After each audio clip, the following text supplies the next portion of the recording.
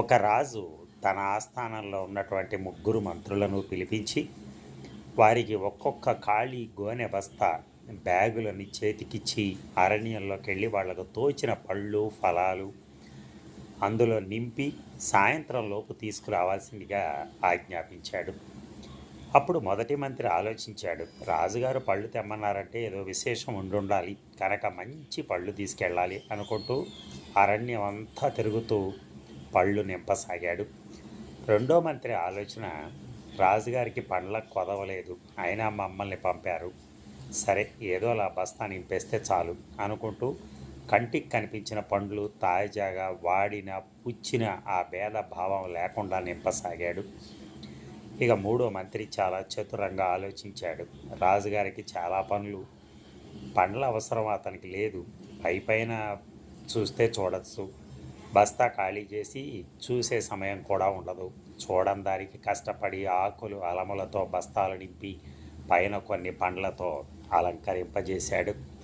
సాయంత్రం ముగ్గురు కలిసి పండ్ల బస్తాలు తీసుకొని రాజుగారి ముందు హాజరయ్యారు. మూడో మంత్రి ఊహించినట్టే రాజుగారు చాలా పనుల్లో తలమునకలై ఉన్నారు. కనీసం బస్తాల వంకైనా చూడకుండా సైనికుల్ని చూడమని ఆదేశించారు. ఈ ముగ్గురిని చెరసాలలో 4 రోజుల పాటు వారి పళ్ళ బస్తాలతో పాటు బంధించండి, తినటానికి ఏమీ ఇవ్వకండి, వారు తెచ్చిన పళ్ళే వారికి ఆహారం అని ముగ్గురిని చెరసాల్లో బంధించారు. మొదటి మంత్రి చక్కని తాజా పండ్ల మూలంగా ఎలాంటి ఆకలి బాధలు లేకుండా శిక్షాకాలం పూర్తి చేసి ఆస్థానానికి చేరుకున్నాడు.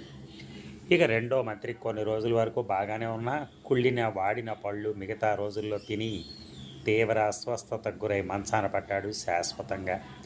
మూడో మంత్రి పైపైన అలంకరించిన పండ్లతో 2 రోజులు గడిపి ఆకులు అలములతో మరో వారం పాటు మాత్రమే గడిపి పైలోక యాత్రకు వెళ్ళిపోయాడు. శిక్షాకాలం ముగిసేలోపే. కర్మ ఏమిటంటే దీంట్లో మనం చేసిన పనులకు తగిన ప్రతిఫలం తప్పక లభిస్తుంది. మంచి కర్మలకు మంచి, చెడు పాపకర్మలకు చెడు పర్యవసానాలు తప్పవు.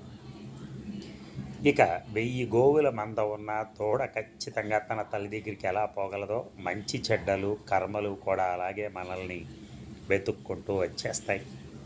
Thank you.